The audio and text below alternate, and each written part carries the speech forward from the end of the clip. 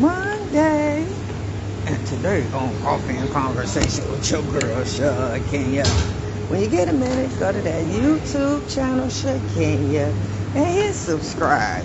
Look at some of the videos. If you see, good morning, baby, something you like, just hit share. Y'all, I had to start the whole thing over with the phone down. It was all bad. So I had to go home and get my phone, but I'm back again. So if you chimed in earlier, hey, what's up? Welcome back. And we're going to make it do what it do. You know, I know I'm going to try to recap in a couple minutes that I was on. But you know, ain't nothing like the first time. Ain't nothing like the original, you know.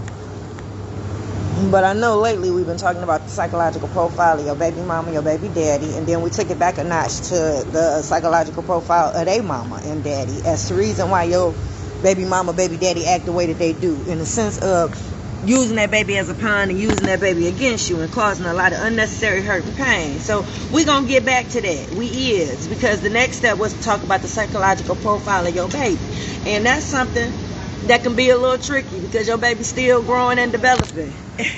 Even though their growth and development was interrupted when you was taking out their life, they still growing and developing. Without you. Ooh. Ooh. But today is a special day, guys. And if you know me, then you know what today is.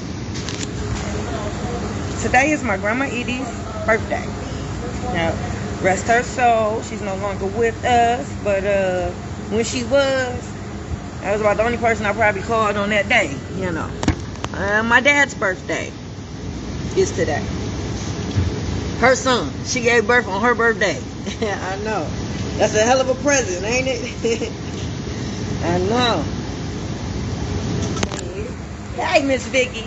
And today is also the day my mama passed away in 1993. So for many, many years, May 1st was a little tricky for me. It was very emotional. Very emotional. So much so to where just within the last 10 years, my mom passed in 93, just within the last 10 years, I've been able to kind of deal and cope. Like, it was a time where on May 1st, I would call off for work. I wouldn't want to be bothered. I would send my dad a text message. I would go see grandma maybe. And that was it for May 1st. Don't talk to me. Oh, you like the fit? I got a lot going on today, y'all. A lot of business to take care of today. So let's see. So yeah, so much so to where I think I should have had grief counseling when my mom passed away. So I feel that all children who suffers the loss of a parent should have grief counseling. And then I know earlier in the video I did mention that all children that has been separated from their mama or their daddy need some type of counseling. I'm always telling y'all that. But this is why. This is part of it. Because it's a loss. Those children have suffered a loss. If you have taken a child out of a parent's life for no abuse or neglect, meaning they were doing what they were supposed to do, and the only reason why you pulled that child out was because you couldn't have your way and you couldn't have them back and you trying to get back. Like, if I would have slept with my baby daddy, I wouldn't be going through none of this. You say, but he's married, Shakenya, ain't he married? Yeah, he was married. It didn't make him none. Yeah, those advances, if I would have taken him up on those advances, I wouldn't be going through what I'm going through right now. Ooh, shut up. Threw that paper in there. Fix it, Jesus. I didn't mean to cuss. It's a Christian show. Yeah, ain't that crazy? I told y'all my situation is just the reversal of the baby mama, baby daddy drama. When the baby mama be tripping and going down child support, won't let you see the baby and this and that. Yeah, so by him being a dad, he had to go about it another way. He had to actually plant seeds and poison her to get her. So that's abuse. That's why we got the crime scene. But yeah, we're gonna get back to the psychological profile. But May 1st is usually a day that I just take off from the world and take off from everybody. So the fact that I did not have grief counseling, it took me a long time to deal and cope with the loss of my mom. It took me a long time to deal and cope. Because I should not want to not be bothered that whole day by nobody just because of that day and what it represents. So that was where I feel like counseling would have came in. They probably would have gave me some formative information to help me cope with those emotions and those feelings of losing my mom, right? So I think back to my mama. Because to this day, I still love and miss my mama. And my mama was not the traditional mama. My mama did some things that was unspeakable that I would not speak on right now. But I did write about it in Dysfunctional Family Knot. So if you go to Lulu Publishing and copy a copy, you can read about some of the things that she did, because she's not here to defend herself. So, she did a lot of unspeakable things that I don't think most mothers would do or should do.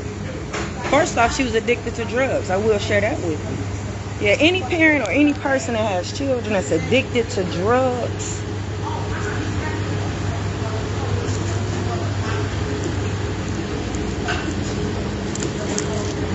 you don't care about your kids, you don't care about yourself, you don't care about nothing. Because if you are addicted to any type of substance, that comes first. That comes first before your needs, it comes first before your kids, it comes first before your bills, that addiction. Yeah, so any parent that would allow themselves to get addicted to any type of substance, they got children. So she did that, you know. She didn't get out and work, take care of us. My grandma did that. So if it weren't for my grandma, I don't know where we would have been, you know. My mama sold us. She sold me and my girl that. Thanks to Jesus. I wrote about it in the book. She's like, yeah, jump in my DMs and I tell you, yeah, so most parents wouldn't do those type of things, right? But my mama did. And I tell you, even though she did those things, I still love and miss my mama, and I wish she was here.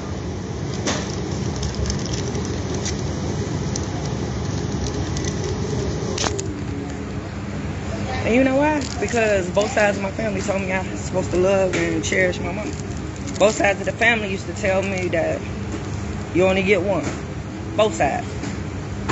Both sides of the family used to tell me, forgive your mama for everything that she's done to you that you feel is wrong. Or both sides. You got to have both sides of the family. That's why I tell you, I got to be so equally yoked and blended to where nothing gets past nobody. Everybody on the same page at all times, because you can't be teaching one thing and the other side teaching something else. Because at that point, your child got a slip. It's like a hole in the wall to where they can just go either way, and it's nothing is set in stone. And when you raising kids, y'all all got to be on the same page. Y'all all got to be on the same page about the teachings of this child. Y'all got to be balanced, and y'all got to be on the same page of how y'all gonna interpret certain things to this baby. Y'all got to be on the same page of how y'all gonna discipline this baby. Y'all got to be on the same page about the things that y'all want to share and how y'all want to share it, the language that's used when you talking to this baby. Like, everybody got to be on the same page. So you can't be teaching one thing and somebody else on the other side teach something. Like, I'm over here teaching love and respect and cherish your parents, and the people on the other side are not teaching that.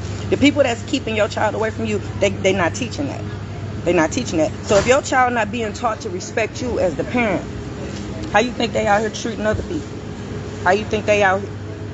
I'm just saying, if they don't have no respect for their mama or their daddy, how much respect you think they out here giving people in the street? Or people, period. Yeah, because in most cases, you got the other parents saying they ain't got to listen to their mama, they ain't got to listen to their daddy, things of that nature. So if you telling the child that they can go against their mama or their daddy, they can disobey their mama or their daddy, they ain't got to listen to their mama or their daddy, you teaching the child that they don't have to respect authority. You teaching that child that they... Basically, Jesus, I don't even want to tell you all the things you're teaching, baby. I think you can pretty much put it all together. So yeah, today, guys, we're not going to do the psychological profile of your baby as a result of the damage that all this has caused. We're not going to talk about the trauma that your child is probably experiencing. We're not going to talk about none of that today. We'll talk about it tomorrow. Today is just May 1st. It's just a special day. Say happy birthday to my daddy, Derek Thomas. I'm going to tag him to this post. He's going to be mad at me, but I'm going to tag him anyway. Yeah. And my grandma and my mama not here, you know, but rest their soul. I love them and miss them, and I wish they were. And teach your child to love and respect their mama and their daddy. Because tomorrow ain't promised. They only get one. Yeah, that's part of the profile we will talk about tomorrow. Because what if something happened to their mama or their daddy? That child that's been taking out their life and been raised to hate and go against them. If they died, think about the guilt. Think about the resentment. Think about what that child might go through if something happened to their mama or their daddy. Yeah, it's all fun and games until death comes knocking at the door. Yeah, so y'all, that's it for Coffee and Conversation with your girl Shakenya. It's Monday. I got a lot going on. I will be back later on. Talk about some of the dealings I got going on today, guys. Yeah, so I'm out. Mwah.